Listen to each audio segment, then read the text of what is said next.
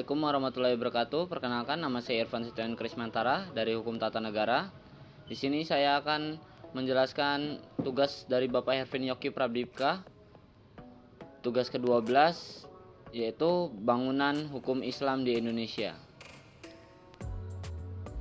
Pertama, definisi law dan man-made law sebagai teori hukum.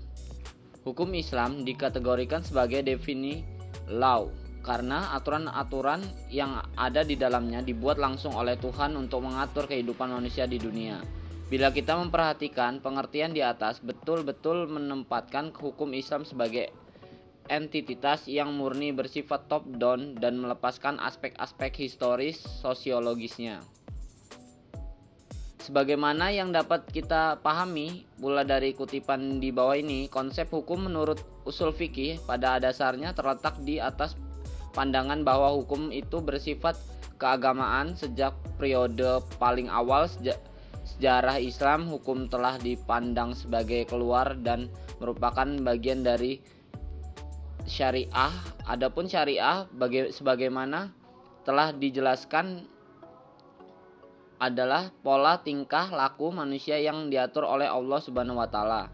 Konsep hukum seperti itu sejalan dengan pandangan bahwa hukum itu harus bersumber langsung atau tidak langsung dari wahyu Tuhan, yaitu Al-Quran dan penjelasannya, dan Nabi Muhammad SAW yang disebutkan sunnah.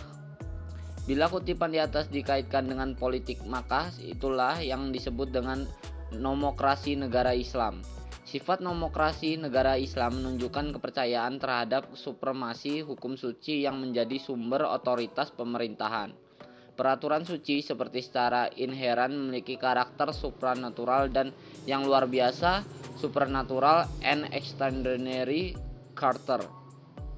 Ikatan-ikatan penyatuan antara agama dan negara dan supremasi hukum suci berasal dari kehendak Tuhan secara bersama-sama, menegaskan kembali kewajiban setiap hamba untuk taat kepadanya.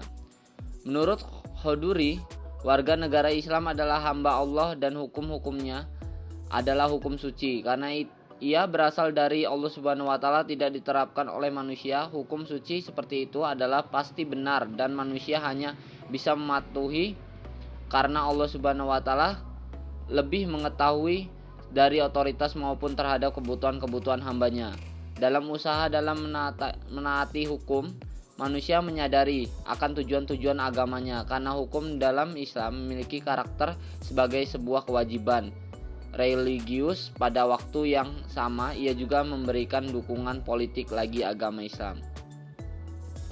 Pada kenyataan, hukum Islam merupakan perintah Tuhan dan karenanya bersifat mengikat sebagai sebuah cita-cita agama yang berbeda-beda. Hukum buatan manusia atau man-made law dan dianggap sebagai fenomen sosial yang tunduk pada kebutuhan manusia dan nilai-nilai. Karena alasan itulah hukum dalam pandangan pemikir-pemikir muslim pada kenyataan bukanlah termasuk kajian yang independen dan empiris. Bagaimana implikasi dari kedua faktor tersebut, yakni sifat sucinya dan ikatan yang kuat dengan tradisi-tradisi lama. Hukum Islam berkembang menjadi sebuah hukum yang statis yang bisa dianggap menjadi penghalang bagi terjadinya perubahan. Perkembangan hukum Islam di Indonesia. Pada bagian ini kita akan mendiskusikan relevansi epistemologi hukum Islam Indonesia dengan pembangunan hukum Islam Indonesia dengan pembangunan nasional.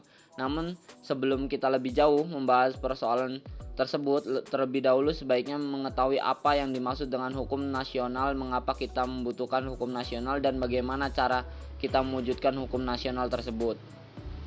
Melalui penjelasan terhadap aspek-aspek inilah kita akan mengetahui relevansi epistemologi hukum Islam dengan pembangunan hukum nasional.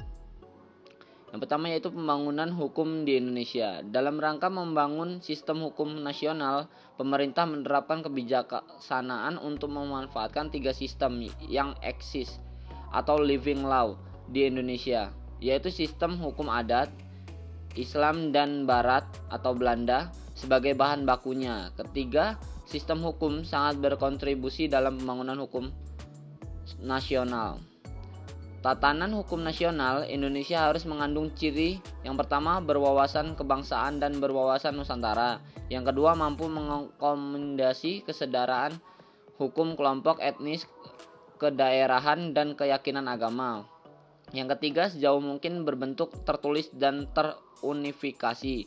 Yang keempat bersifat rasional yang mencakup rasionalitas efisiensi, rasionalitas kewajaran, rasional kaidah dan nilai. Yang terakhir yaitu responsif terhadap perkembangan aspirasi dan ekspektasi masyarakat. Perkembangan hukum Islam Indonesia, saran dan prasarananya. Berdasarkan penjelasan di atas, tampak sekali dalam hal penetapan kebijakan hukum di Indonesia, pemerintah telah menjadikan hukum Islam sebagai bagian dari hukum nasional.